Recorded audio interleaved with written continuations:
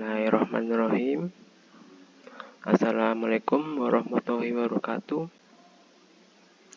Baik ya, di mata kuliah genetika minggu ini menjadi minggu terakhir, dan karena kalian tidak bisa hadir, maka saya buat video pembelajarannya. Jadi untuk minggu depan, untuk mata kuliah saya ini tadi ekologi, sekarang ekologi hewan, sekarang genetika.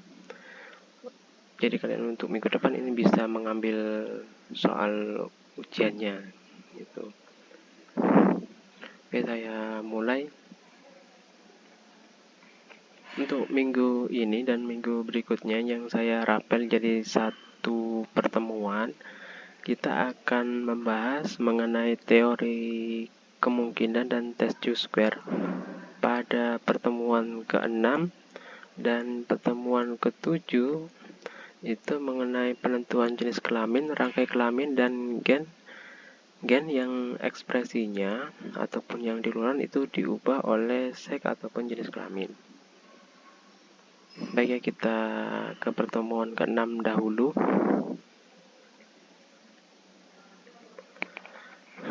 Untuk teori kemungkinan dan tes Q-square ini ada dasar-dasarnya, dasar-dasar teori kemungkinan. Dalam mempelajari ilmu genetika, teori kemungkinan ini mempunyai peran yang penting, misalnya mengenai kemungkinan kombinasi yang dihasilkan dari suatu persilangan. Untuk lebih jelasnya, dasar-dasar teori kemungkinan ini akan dibahas satu persatu beserta contoh-contohnya. Yang pertama, kemungkinan atas terjadinya sesuatu yang diinginkan ialah sama dengan perbandingan antara sesuatu yang diinginkan tersebut terhadap keseluruhannya. Rumus yang digunakan adalah Kx sama dengan X per X plus Y. Untuk keterangannya, K itu kemungkinan, X itu besarnya kemungkinan untuk mendapatkan X plus Y itu adalah jumlah keseluruhan. Misalnya di sini contohnya, berapa kemungkinan seorang ibu itu akan melahirkan anak laki-laki. Untuk keadaan yang normal itu hanya ada kemungkinan bagi seorang ibu untuk melahirkan anak, bisa memperoleh seorang anak laki-laki ataupun seorang anak perempuan. Jadi itu 50-50, bisa perempuan atau laki-laki. Kemungkinan untuk rumus kemungkinannya ini K kurung buka simbol laki-laki sama dengan simbol laki-laki per simbol laki-laki plus simbol perempuan. Jadi sama dengan 1 per 1 plus 1. Nah, yang satu itu yang ini besarnya kemungkinan untuk mendapatkan X ataupun anak laki-laki.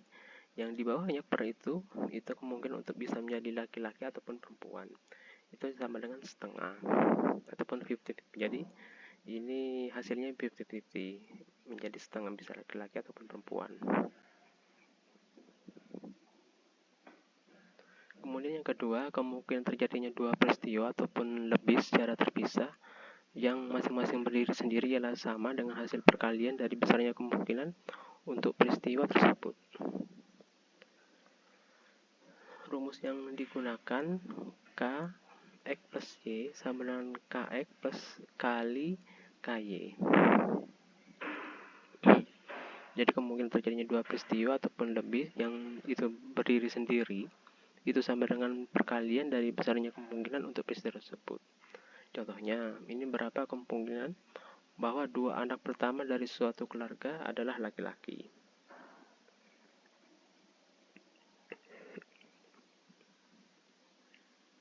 Untuk jawabannya ini, kemungkinan mendapatkan anak laki-laki atau perempuan adalah setengah, maka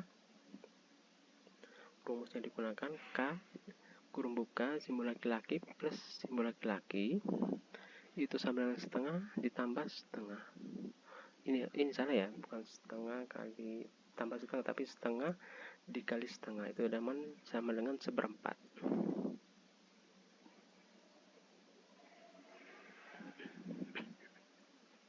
Kemudian yang ketiga, kemungkinan yang menggunakan rumus binomium dari segitiga Pascal, jika itu anak yang diinginkan itu adalah 1, itu rumusnya A plus B pangkat 1. Kemudian untuk mendapatkan 2 anak, A plus B kuadrat. Kemudian 3 anak, kurung buka itu A plus B kurung tutup pangkat 3, dan sampai seterusnya. Jadi rumusnya itu pasti menggunakan rumus ini, A plus B pangkat N. Nah, ini contohnya. Untuk keterangannya ini ya, A dan B merupakan kejadian atau peristiwa yang terpisah. Misalnya adalah A kemungkinan anak laki-laki, B itu kemungkinan anak perempuan, atau A kemungkinan anak normal, dan B kemungkinan anak menderita kelainan genetik. Yang kedua, N merupakan banyaknya percobaan, misalnya jumlah anak yang diinginkan. Apabila menginginkan 4 orang anak, maka yang rumus yang digunakan A plus B pangkat 4.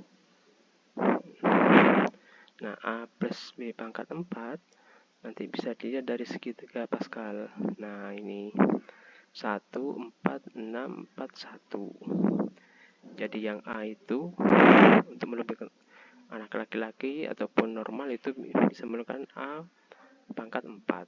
Kemudian itu ada angka 4 ini, 4 itu bisa menjadi 4 kali A. Nanti ini bisa dilihat di bawah ini. Nah, itu.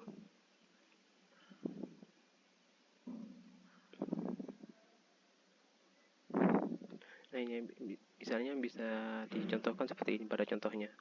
Misalnya keluarga ingin memiliki 6 orang anak, berapa kemungkinan anak-anak itu terdiri dari 3 anak perempuan dan 3 anak laki-laki.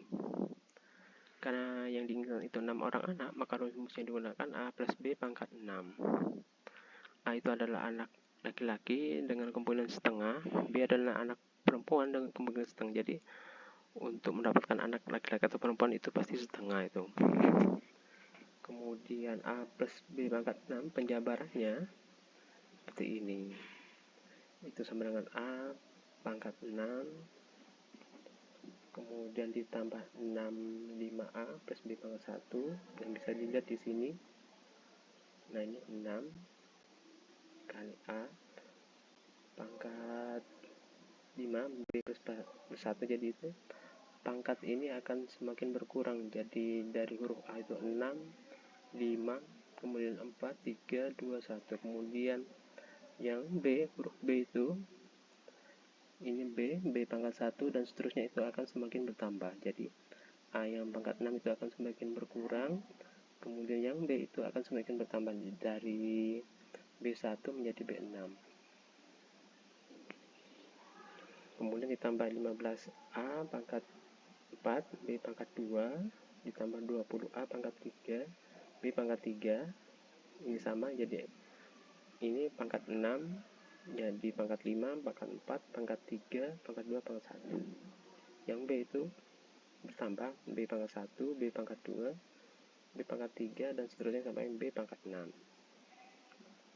Nah, dari rumus yang diuraikan tersebut di atas, komponen keluarga yang memperoleh A3 perempuan dan 3 anak laki itu pasti yang digunakan ini 20 kali setengah pangkat 3 kali setengah pangkat 3. Kenapa bisa pakai yang ini? Karena itu di sini bisa dilihat itu ada ini ya, pangkatnya sama itu pada anak laki dan perempuan, pangkat 3.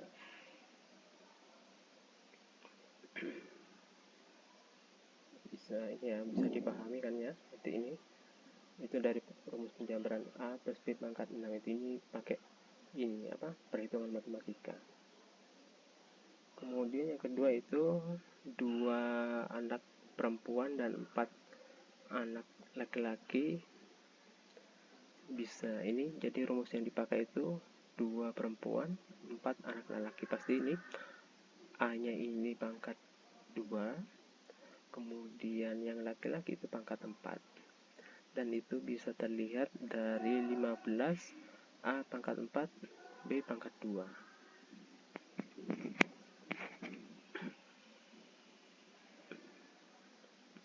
Nah, itu bisa dilihat.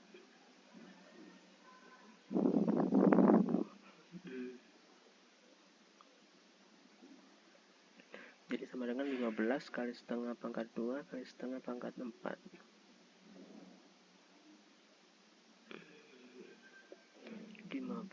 B pangkat 4 B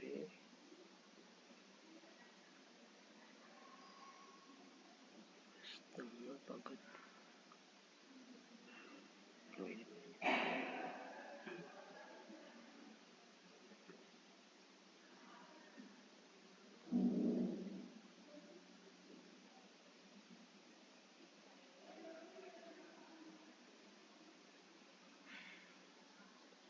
ini yang BA nih ya, saya ralat ini ya.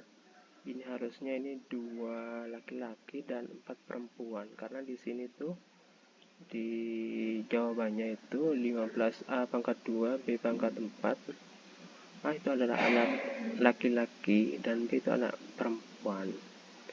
Sedangkan di sini 2 perempuan dan 4 laki-laki, harusnya ini menjadi 2 ini ya, 2 anak laki-laki dan 4 anak perempuan. Itu simbolnya itu ini terbalik, ini harusnya 2 laki-laki dan 4 perempuan. Ini karena rumus yang digunakan 15A pangkat 2 B pangkat 4. Kalau di sini soalnya itu ini misalnya pakai rumus yang 15A pangkat 4 B pangkat 2, berarti itu A pangkat 4 itu anak laki-laki, B pangkat 2 itu yang perempuan. Kemudian yang ketiga itu yang dicari itu 6 anak laki-laki. 6 ini 6 kali simbol laki-laki itu sama dengan setengah pangkat 6. Nah, ini yang rumus yang digunakan itu adalah A pangkat 6. Kemudian mempunyai urutan tertentu, simbol laki-laki, perempuan, dan seterusnya sampai 6 kali. Itu tinggal dikalikan saja, setengah kali setengah sampai 6 kali.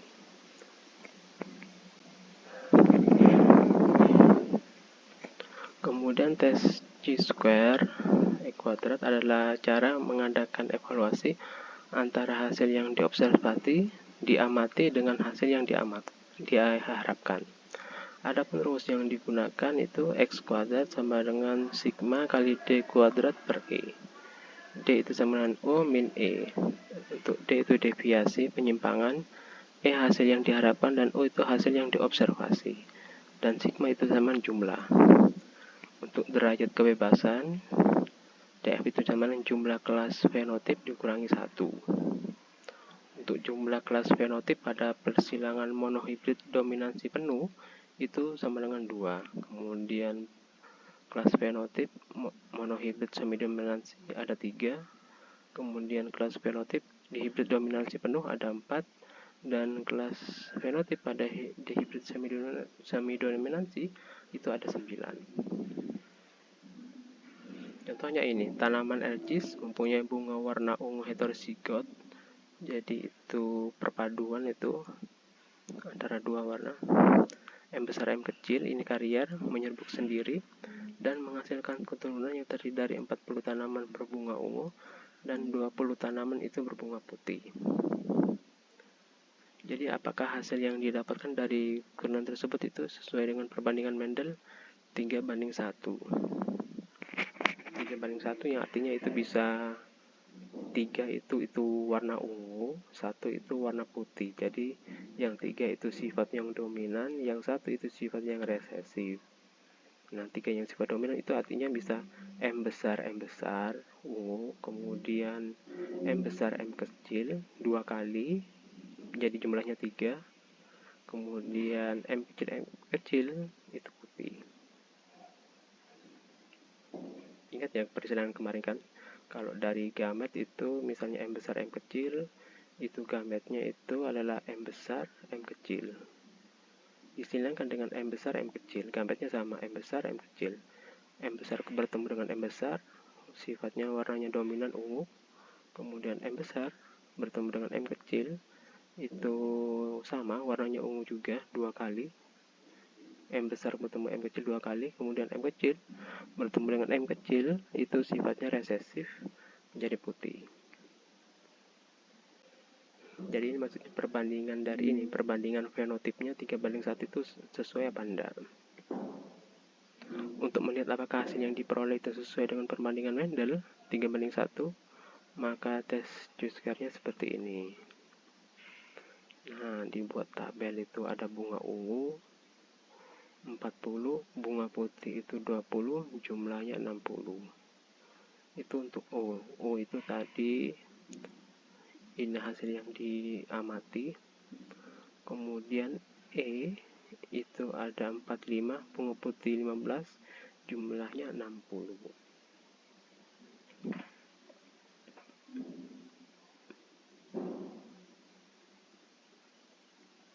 Bentar.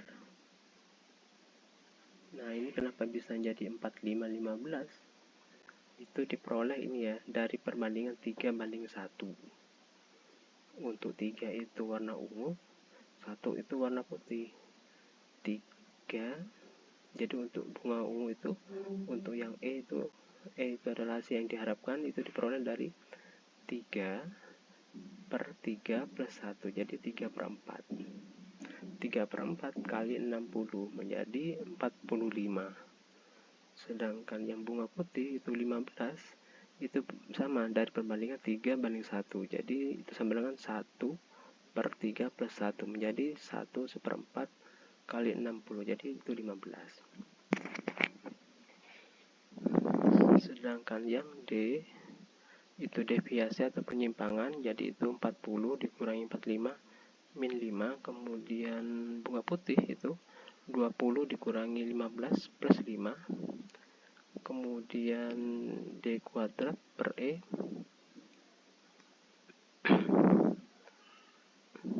itu sama dengan min 5 kuadrat per 45.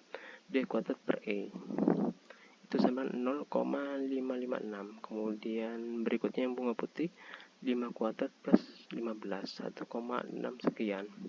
Untuk X kuadratnya itu 0,5 sekian sampai 4 desimal ditambah 1,6 sampai 3 desimal, itu hasilnya 2,223. Untuk derajat kebebasannya 2 min 1 sama dengan 1. Apabila dilihat pada tabel Q-square, tabel ini biasanya itu ada di buku genetika Suryo ya, karena kalian itu tidak masuk. Ini ya, nanti kalian itu bisa bisa beli ataupun searching, mungkin yang punya buku genetika Suryo itu genetika Tata 1, nanti itu bisa dilihat itu pada tabel ini. Jika dilihat itu pada tabel ini, maka kriteria value pada 0,5 itu adalah 3,84. Untuk derajat kebebasannya itu 1. Dan karena nilai X kuadratnya itu tadi itu, nah ini 2,2 sekian itu kurang dari kriteria value 0,05, maka hasil yang diharapkan itu sesuai dengan perbandingan Mendel 3:1. Jadi untuk nilai yang dia itu tidak melebihi 0,05 itu sesuai. Seperti itu. Oke, sekarang kita ke pertemuan ke-7 terakhir, mengenai penentuan jenis kelamin, rangkai kelamin, dan gen yang ekspresinya diubah oleh seks. Yang pertama, penentuan jenis kelamin, sex determination. Perbedaan jenis kelamin pada makhluk hidup itu dipengaruhi oleh 2 faktor, yaitu faktor lingkungan dan genetik. Faktor lingkungan ini biasanya berhubungan dengan keadaan fisiologi individu, terutama mengenai kadar hormonnya. Apabila kadar hormon itu tidak mengalami keseimbangan, maka hal tersebut itu bisa mempengaruhi fenotip individu dari jenis kelaminnya. Jadi jika kadar hormonnya tidak ini normal, itu juga bisa ini berpengaruh ya terhadap kenampakan morfologi makhluk hidup. Juga bisa ditinjau dari jenis kelaminnya itu. Kemudian ada faktor genetik, ini berhubungan dengan gen yang berperan dalam menentukan jenis kelamin individu, dan gennya itu letaknya berada pada kromosom. Ada berbagai tipe penentuan jenis kelamin yang dibahas satu persatu. Yang pertama tipe XY.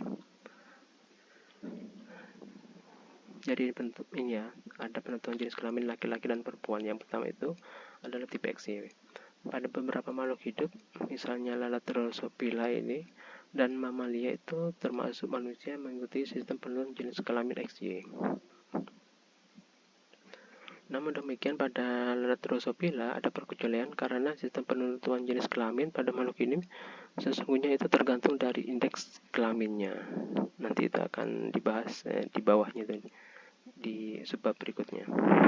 Sedangkan pada mamalia ini termasuk manusia menunjukkan bahwa individu jantan itu punya kromosom kelamin XY heterogametik ataupun kromosomnya itu berbeda, ada X dan Y, ada 2 huruf. Sedangkan yang betina itu mempunyai kromosom kelamin XX ataupun homogametik ataupun sama. Untuk lebih jelasnya nanti akan dibahas setelah sebab ini, nanti ada di bawahnya itu. Kemudian lalat Drosophila melanogaster.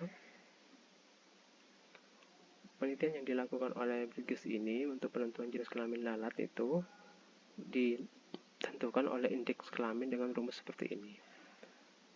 X itu banyaknya kromosom X per A itu banyaknya autosom ataupun sel tubuh pada tiap setnya itu.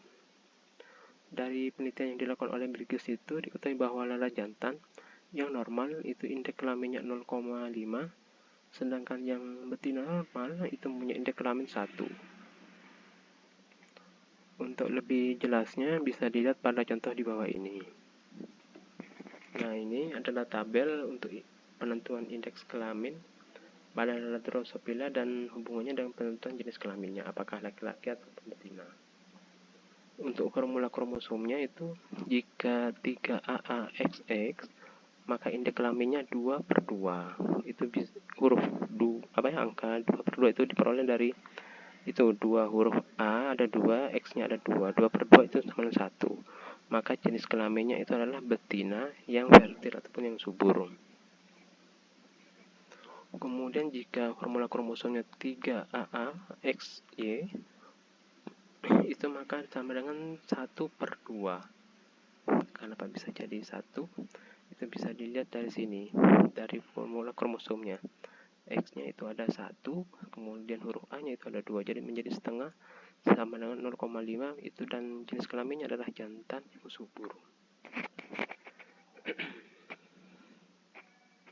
Kemudian jika formula kromosom 3AA X-nya itu ada 3, maka indeks kelaminnya itu menjadi 3/2. Nah, ini angka 3 itu diperoleh dari jumlah X-nya itu ada 3 dan hurufnya A-nya itu ada 2, menjadi 3/2 sama dengan 1,5. Dan jenis kelaminnya itu menjadi betina super ataupun yang steril, jadi yang mandul.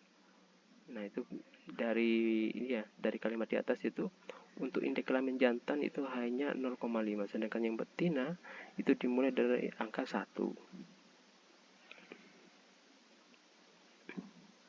Kemudian jika formula kromosom 3AAXXY maka itu yang dihitung ini ya, ada 2 ini 2, ini X-nya 2/2 dari A-nya menjadi 1, itu menjadi indeks kelamin jenis kelaminnya ini menjadi betina ataupun yang fertil. Kemudian jika formula kromosom 3AAXO maka ini yang dijadikan indeks kelamin adalah 1/2. X-nya itu ada 1, A-nya itu menjadi 2, menjadi 0,5, dan akhirnya jenis kelaminnya itu jantan steril. Kenapa menjadi steril? Karena di sini tidak ditemukan kromosom Y, menjadi O. Ini untuk jenis kelamin yang berkelainan. Kemudian jika formula kromosom 3AAA double X itu indeks kelaminnya menjadi 2 karena jumlah X-nya itu 2/3, huruf A-nya ada 3, menjadi 0,67 ataupun intersex ataupun steril.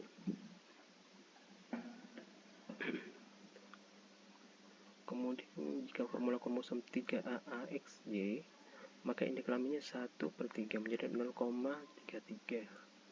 Ini 1 dan X-nya 1, A-nya itu ada 3, menjadi jantan super.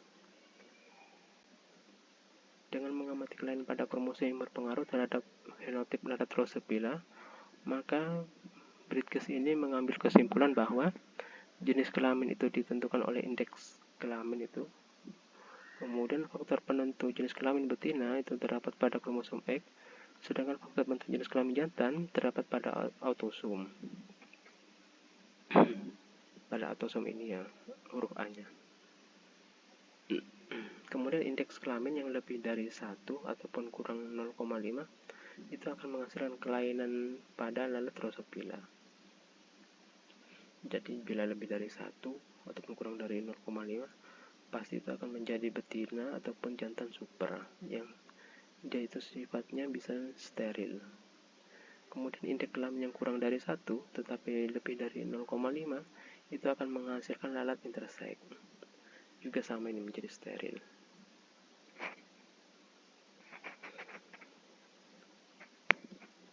Kesimpulan yang diumumkan oleh Briggs ini kemudian dikenal dengan teori keseimbangan tentang seks pada lalat Drosophila. Adapun kelainan yang terjadi pada lalat Drosophila itu diakibatkan karena adanya peristiwa gagal memisah non-disjunction pada waktu terjadinya oogenesis atau pembentukan ovum.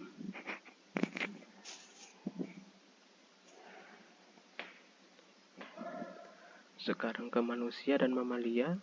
Pada hewan menyusui mamalia termasuk manusia, penentuan jenis kelaminnya itu mengikuti sistem XY. Pada individu jantan atau laki-laki normal mempunyai kromosom kelamin XY heterogametik, sedangkan individu betina ataupun perempuan normal mempunyai kromosom kelamin XX atau homogametik.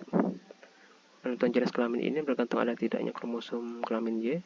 Bila tidak ada kromosom kelamin Y, maka individu tersebut betina ataupun perempuan. Sedangkan selama ada kromosom Y, maka individu itu jantan atau laki-laki.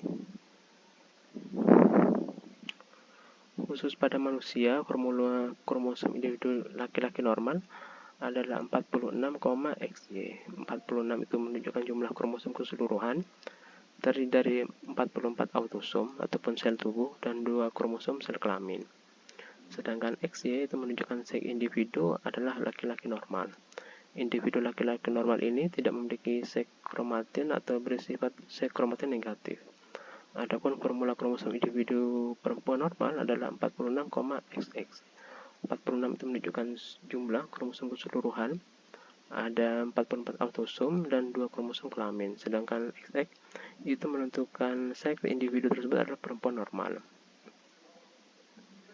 Individu perempuan normal ini mempunyai satu seks kromatin ataupun bersifat seks kromatin positif. Pada manusia, faktor yang berperan dalam penentuan jenis kelamin laki-laki itu disebut dengan testis determinating factor (TDF). Pada awalnya ini, peneliti ini dari White Institute itu mengatakan bahwa gen yang berperan sebagai TDF adalah gen ZFY. Namun hal tersebut dibantah oleh peneliti ini yang mengatakan bahwa gen ZFY itu merupakan gen yang berperan dalam perkembangan sel sperma, tetapi tidak berperan dalam penentuan jenis kelamin laki-laki.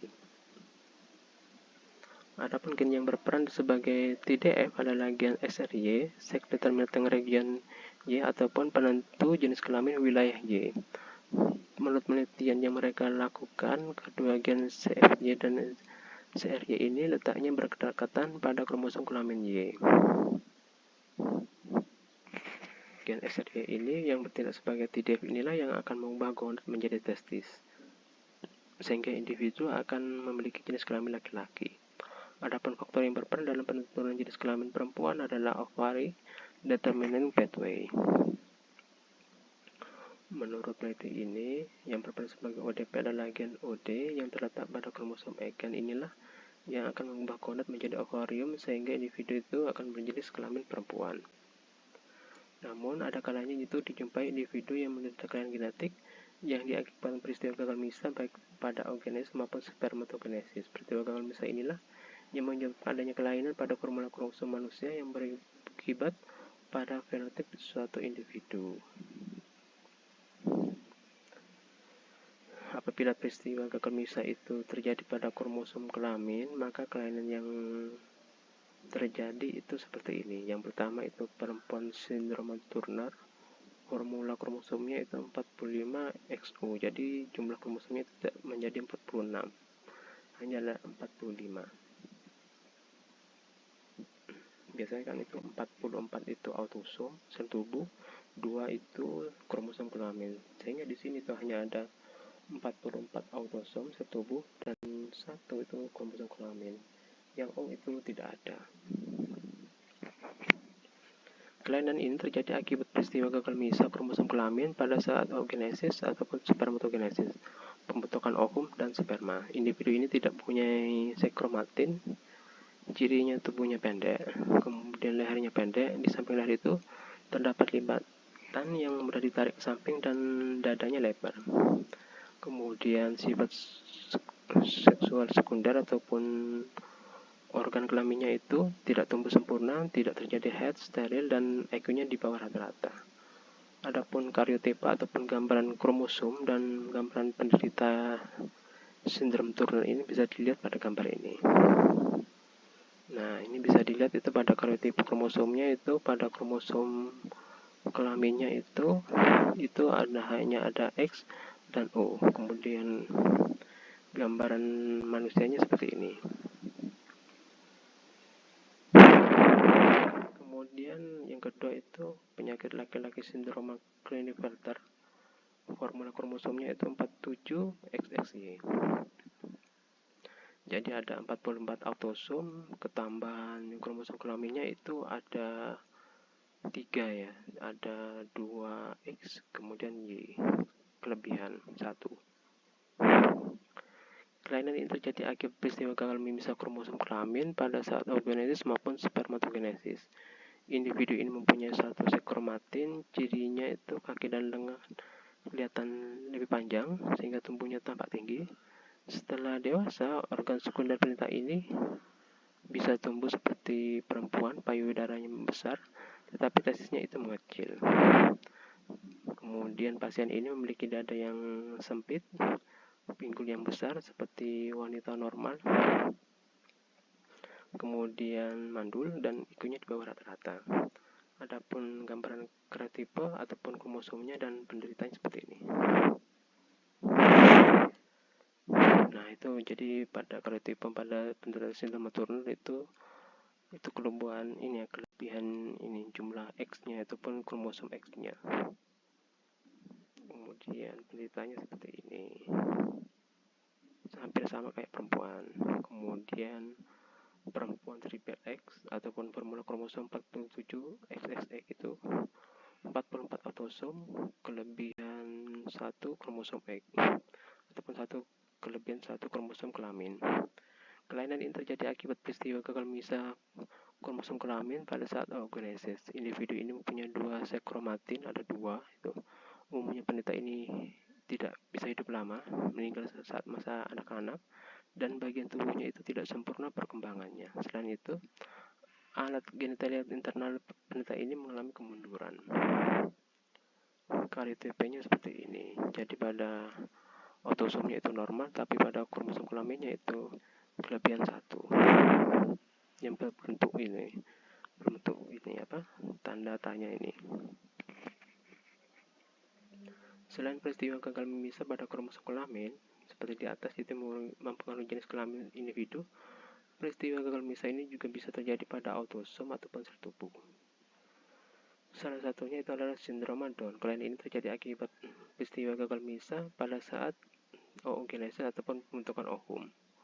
Oleh karena autosom itu terdapat pada individu laki-laki maupun perempuan, maka penderita sindrom Down itu dijumpai pada individu laki-laki dan perempuan. Formula kromosom penderita sindrom Down laki-laki itu adalah 47XY plus 21. Dan perempuan adalah 47XX plus 21. Artinya itu pada ini ya, pada ini kan penderita penyakit pada autosom ataupun sel tubuh. Jadi pada ini kromosom sel tubuh pada nomor 21 itu pasti mengalami kelainan. Adapun ciri penderita sindrom Down itu tubuhnya pendek, muka bulat, kelopak mata ada lipatan epikantusnya seperti orang oriental, lidahnya besar dan beralur, giginya tidak teratur, hidung lebar dan rata, telapak tangannya itu terdapat sebuah garis horizontal dan umumnya punya penyakit jantung dan tidak kebal terhadap penyakit, dan IQ-nya di bawah rata-rata. Nah, ini bisa dilihat. Nah, itu. Jadi pada kromosom nomor 21 itu ada 3 itu. Kelebihan 1.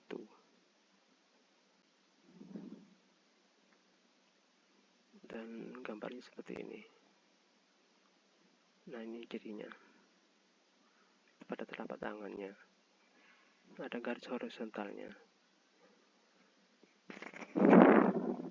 Kemudian tumbuhan berumah 2. Dioisis ini umumnya adalah tumbuhan mempunyai bunga dengan benang sari, alat kelamin jantan dan putik alat kelamin betina. Namun demikian ada pula tumbuhan yang bunganya hanya terdapat benang sari saja tanpa putik, maupun bunga yang hanya terdapat putik saja tanpa benang sari. Tumbuhan yang demikian ini bisa dibedakan jenis kelaminnya. Tumbuhan yang punya bunga dengan putik saja itu adalah tumbuhan betina, XX. Kemudian tumbuhan yang punya bunga dengan benang sari saja itu adalah tumbuhan jantan, XY. Kemudian tipe XO, salah satu contoh makhluk hidup mengikuti sistem penentuan jenis kelamin XO itu adalah belalang.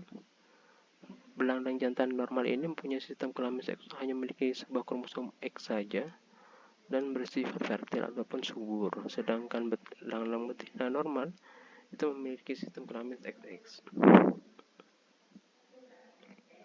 Kemudian sistem kelamin seksual ini bisa dijumpai pada Drosophila jantan steril dan Marshall sindroma Turner. Kemudian tipe lainnya itu, sebentar ya, saya ada telepon.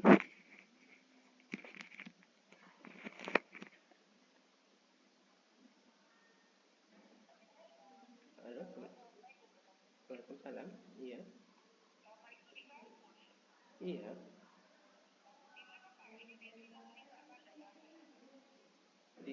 Di ruang di ruang gitu. Iya.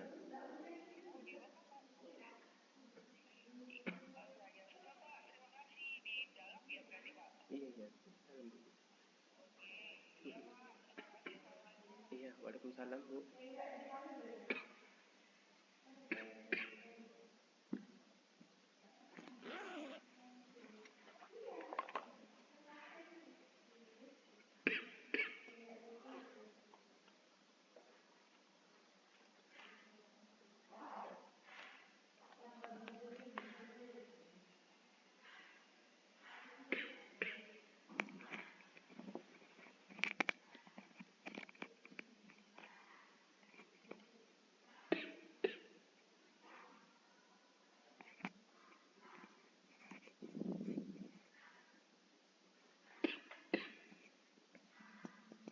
Kemudian tipe ZW, saya lanjutkan lagi. Pada beberapa jenis burung, kuku berikan dan reptil, itu mempunyai sistem kelamin yang merupakan kebalikan dari sistem XY. Pada makhluk tersebut itu yang jantan bersifat homogametik, artinya sama hurufnya. Sedangkan yang betina itu bersifatnya heterogametik. Untuk memudahkan perbedaannya, dengan sistem kelamin XY, maka simbol yang digunakan adalah ZZ dan ZW. Jadi yang ZZ itu yang jantan, yang ZW itu betina.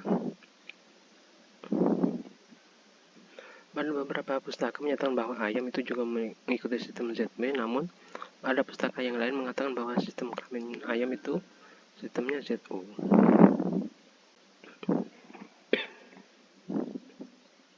Untuk yang tipe ZO, pada unggas, ayam, itik, dan sebagainya, itu memiliki sistem kelamin tipe ZO. Individu betina hanya dijumpai satu kromosom kelamin saja, tetapi bentuknya itu berbeda dengan yang dijumpai pada belalang, sehingga unggas betina itu memiliki sistem kelamin ZO, sedangkan unggas jantan sistem kelaminnya ZZ. Kemudian tipe ploidy, pada beberapa serangga yang termasuk ordo Hypnothera, lemah madu ini penentuan jenis kelamin itu tidak berhubungan dengan kromosom kelamin. Contohnya pada lemah madu itu bisa melakukan partogenesis, yaitu terbentuknya makhluk dari sel telur tanpa didorong oleh pembuahan. Sel telur yang melalui partogenesis ini akan menghasilkan lebah jantan yang sifatnya haploid 16. 16, jadi jumlah kromosomnya itu 16. Apabila sel telur itu dibuahi oleh spermatozoa, maka akan dihasilkan lebah betina, baik itu lebah ratu ataupun lebah pekerja yang sifatnya itu diploid ataupun 2N. Namun karena perbedaan tempat dan makanan, maka lebah ratu ini sifatnya fertil, yang lebah pekerja itu sifatnya steril. Oke, nanti saya lanjut lagi ya. Ini Pak, peminjaman ruang lab sama alat lab DLH untuk uji kualitas airnya itu Pak. Soalnya di kampus kita ada beberapa alat yang tidak ada Pak. Di DLH-nya itu ya? Di sininya yang tidak ada, saya jadi pinjam ke DLH. Terus ada beberapa sebagian alat yang tidak boleh dibawa ke lapangan, jadi saya harus lakukan sendiri di ruang lab DLH. Kenapa Pak? Bayar atau enggak? Sewa alat? Kurang tahu ya Pak, nanti saya tanya deh Pak. Coba nanti tanyakan ke penelitian. Iya Pak, terima kasih ya Pak.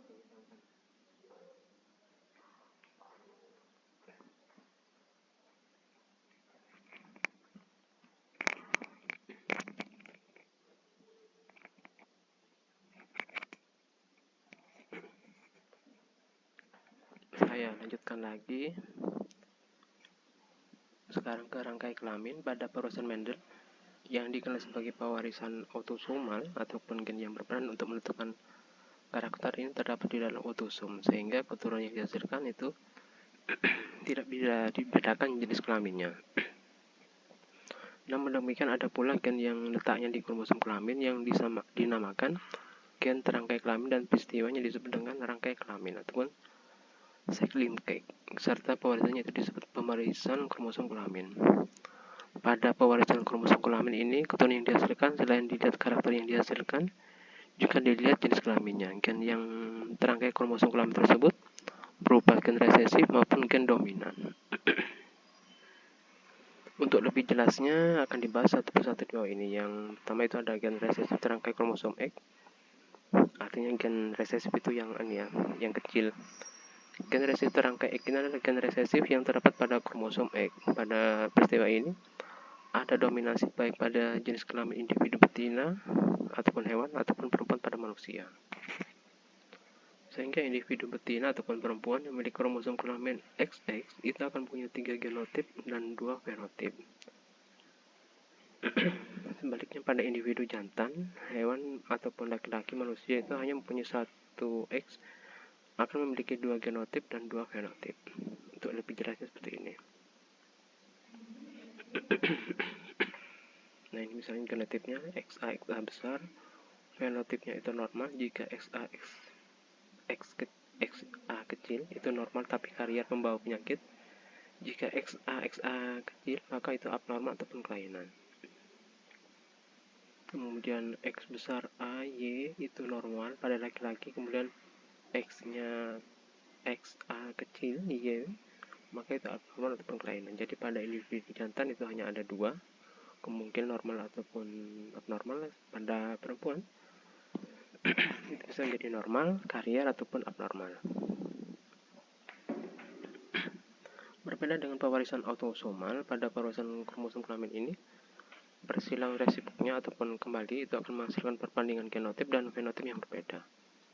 Contoh karakter yang ditentukan oleh gen resesif terangkai X itu misalnya warna putih pada alat Drosophila.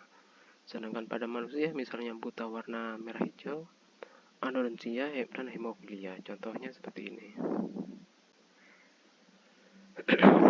Misalnya warna mata putih pada alat Drosophila itu ditemukan oleh peneliti ini. Ini warna putih ini ditentukan oleh gen resesif yang terangkai pada kromosom X, sedangkan gen dominan menentukan warna merah.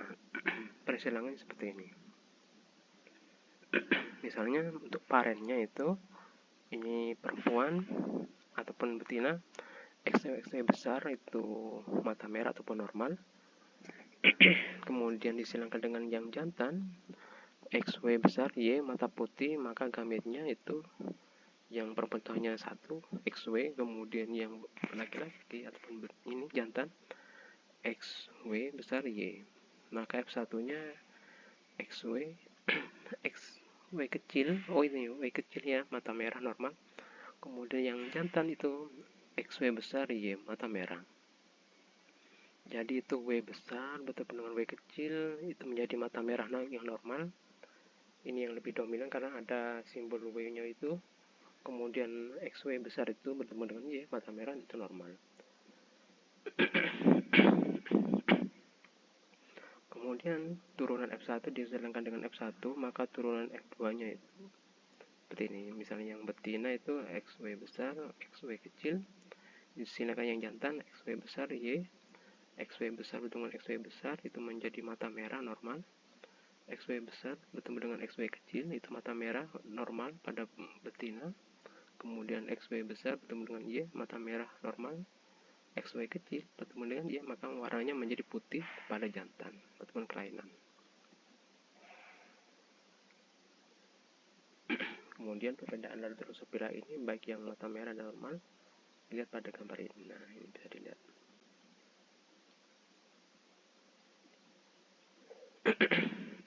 Kemudian buta warna merah hijau pada manusia. Dari buta warna merah hijau ini tidak bisa membedakan warna merah dan hijau. Umumnya penderita buta warna merah hijau itu lebih banyak ditemukan pada laki-laki daripada perempuan. Hari ini karena terjadi karena orang tua yang dia itu normal tapi dia itu memiliki sifat buta warna ataupun karier ya. Sedangkan untuk perempuan, anak perempuan itu buta warna, ibunya paling tidak normal karier dan ayahnya itu buta warna. Contohnya seperti ini untuk persilangannya. Ada XB besar, XB kecil untuk perempuan, normal karier ataupun pembawa, disilangkan dengan XB besar, Y besar, normal. Untuk gametnya itu menjadi XB besar, XB kecil, kemudian yang laki-laki XB besar, Y. Maka turunannya itu yang perempuan menjadi XB besar itu normal, kemudian XB besar, XB kecil, normal karier. Kemudian yang laki-laki XB besar Y normal, XB kecil Y buta warna. Kemudian keduanya itu disilangkan, misalnya disilangkan ini XB besar, XB kecil, normal karier disilangkan dengan yang jantan XB kecil Y. Maka turunannya itu ini XB besar, XB kecil, normal karier, dan seterusnya.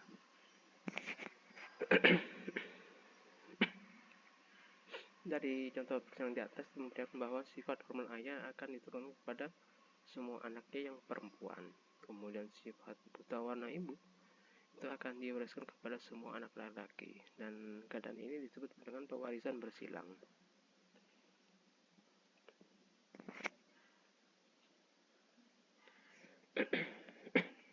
Kemudian ada anodensia, ini salah satu kelainan genetik pada gigi, yaitu tidak adanya benih gigi dalam tulang rahang sehingga individu anodensia itu tidak punya gigi seumur hidupnya, dan kelainan ini disebut dengan gen resesif A kecil terangkai X, sedangkan alel dominan A besar menentukan gigi normal. Cara pewarisan kelainan ini itu sama dengan seperti buta warna.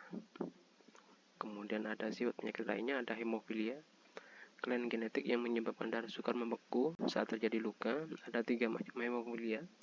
Di antaranya itu, 2 di antaranya kelainan genetik yang disebabkan oleh gen resesif terangkai X, yaitu hemofilia A dan B. Sehingga cara pewarisan kelainan ini itu sama seperti halnya kelainan buta warna maupun anodensia.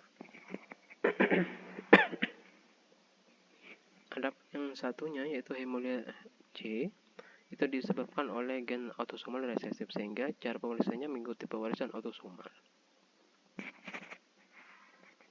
Penderita yang punya kelainan hemofilia ini tidak memiliki zat antihemofili faktor 8. Dengan demikian, individu yang dapat membentuk antihemoglobin AHG dalam serum darah, berarti individu tersebut itu gennya normal.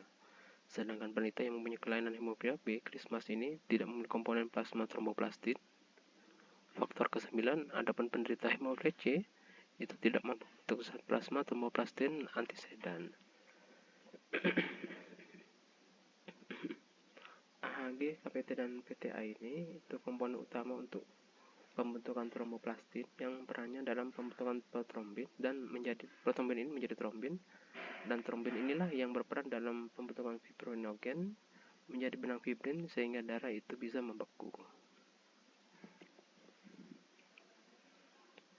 Kemudian gen dominan terangkai X, ini adalah gen dominan yang terdapat pada kromosom X. Contoh gen dominan terangkai X adalah pada warna rambut kucing kaliko dan tortoise. Baik kucing kaliko maupun tortoise itu mempunyai kelamin betina. Timbulnya warna belang kuning dan hitam pada kucing betina itu ada hubungannya dengan inaktifikasi ataupun tidak aktifnya kromosom X. Untuk perisilangnya seperti berikut. B itu adalah gen yang menentukan warna hitam, B kecil, gen yang menentukan warna kuning. Misalnya persilangan antara yang betina XB besar, fenotipnya itu hitam. Disilangkan yang jantan itu XB kecil, Y kuning. Maka gamet untuk yang betina itu XB besar, gamet untuk yang jantan XB kecil, Y. Maka keturunannya itu jika punya 2, maka itu masih menjadi XB besar, XB kecil, bisa kaliko, tortoise, salah satunya itu, ataupun XB besar, Y menjadi hitam. Oleh karena kucing kaliko maupun tortoise ini sifatnya heterozigot, maka umumnya itu mempunyai jenis kelamin betina. Namun demikian ada kalanya dijumpai kucing kaliko maupun tortoise jantan meskipun sangat jarang. Hal ini karena itu adanya peristiwa gagal ginjal pada waktu spermatogenesis pada kucing jantan kuning. Nah, untuk gambaran kucingnya seperti ini.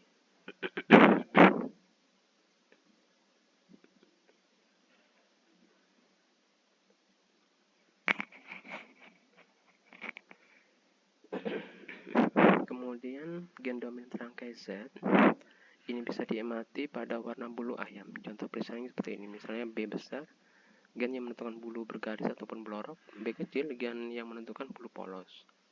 Untuk persilangannya, misalnya yang betina, ZB kecil, W besar, itu bulu polos. Karena ada gen ini B kecil. Gametnya ZB kecil, W besar. Kemudian yang belorok itu hanya ZB besar karena itu hurufnya itu sama.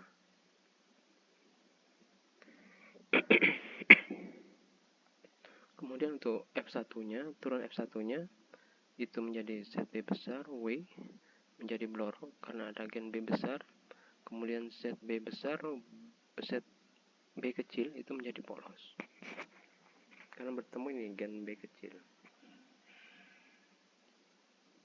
Kemudian F1 dia yang diserangkan dengan F1, sifatnya ini menjadi belorok dan polos.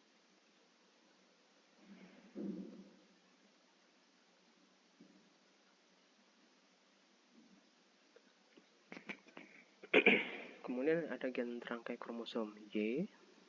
Ini adalah gen yang letaknya pada bagian kromosom Y yang tidak homolog ataupun tidak sama dengan kromosom X. Gen ini disebut gen Hollandrick dan gen ini hanya diwariskan pada turunan laki-laki saja. Salah satu kelainannya itu yang disebut generasi terangkai Y adalah hipertrikosis, yaitu tumbuhnya rambut pada bagian tertentu dari telinga. Contoh diagram persilangnya sebagai berikut. Misalnya XX normal disilangkan XYH penderita hipertrikosis, maka F1-nya menjadi XX normal, XYH itu hipertrikosis. Jadi ini hanya diturunkan pada laki-laki.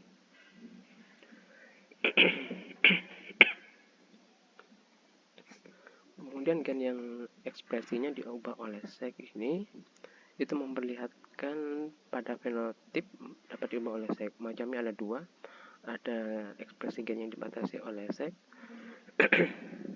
itu terbatas hanya pada satu jenis kelamin saja. Pada manusia contohnya adalah tanda-tanda kelamin sekunder.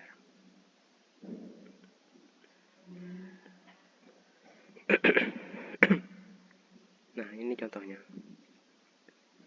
Misalnya kupu-kupu jantan pada hewan ya, P besar itu kuning, kemudian betina itu sama putih, P besar P kecil yang heterozigot itu kuning, yang betina itu putih. Kemudian itu bawahnya lagi PP kecil, yang jantan itu kuning, yang betina kuning. Kemudian pada ayam, HH besar itu ayam jantan itu hen, untuk ekornya. Kemudian ayam betina itu hen, maaf ya ini salah ketik ya, ini ayamnya. Kemudian H besar H kecil itu yang ayam jantan itu hen. Kemudian ayam betina itu hen. Kemudian H kecil itu ekornya ayam itu menjadi cocks. Kemudian ayam betina itu menjadi hen.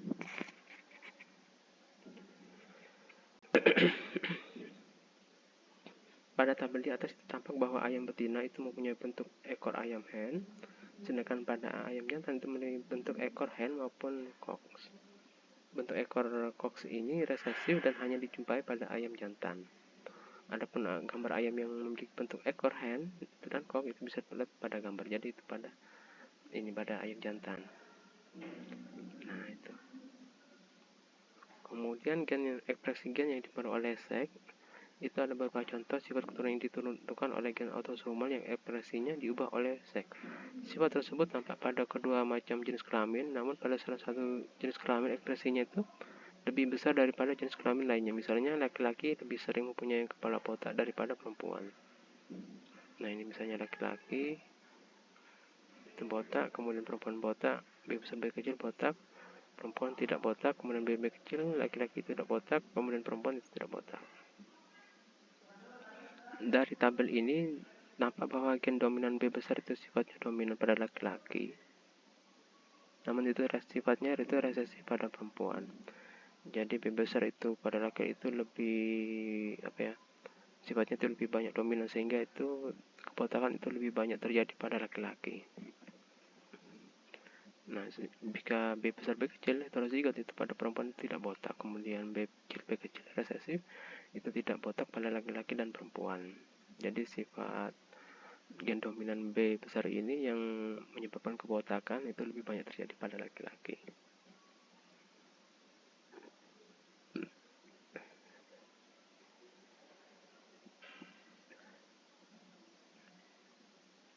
Kemudian untuk kasus lain, panjang jari telunjuk apabila tangan diletakkan pada kertas yang diberi garis lurus mendatar sehingga jari semanis itu menyentuh garis tersebut, maka dilihat jari telunjuk itu bisa lebih panjang ataupun lebih pendek daripada jari manis. Untuk genotipnya dan fenotipnya pada panjang jari telunjuk ini bisa ditelusuri. Misalnya gen B besar itu pada laki-laki itu akan menunjukkan fenotip telunjuk pendek, sedangkan perempuan itu telunjuk pendek. B besar B kecil itu telunjuknya pendek pada laki-laki, perempuan itu telunjuknya panjang. Sedangkan B kecil pada laki-laki dan perempuan telunjuknya panjang. Jadi ini ya sifat telunjuk ini pada gen ini, dia itu kalau sifatnya resesif maka itu ya pada perempuan itu akan ditemukan telunjuk yang lebih panjang. Jadi B besar B kecil itu sifatnya itu akan menunjukkan fenotip yang telunjuknya itu panjang pada perempuan. Sedangkan pada laki-laki itu masih telunjuknya pendek. Sedangkan pada laki-laki itu B besar itu pada laki-laki dan perempuan itu telunjuknya akan pendek. Tapi kalau sudah ada sifat heterozigotnya pada perempuan itu akan telunjuknya panjang. Kemudian resesif itu B kecil, baik laki-laki dan perempuan itu telunjuknya menjadi panjang. Baik ya, pertemuan kali ini 67 semoga dipahami dengan baik, dan saya harap nanti bisa belajar ya. Untuk kisi-kisinya itu saya bagikan di Google Classroom dan dipelajari dengan baik ya.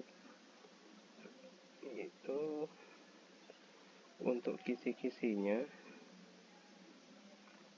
sebentar.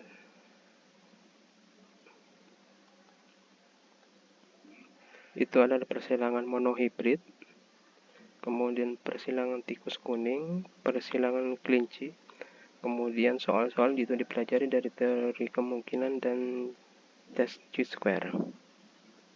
Itu yang saya bagikan dulu di video, nanti saya bagikan lagi di Google Classroom. Baik, saya akhiri, terima kasih. Assalamualaikum warahmatullahi wabarakatuh.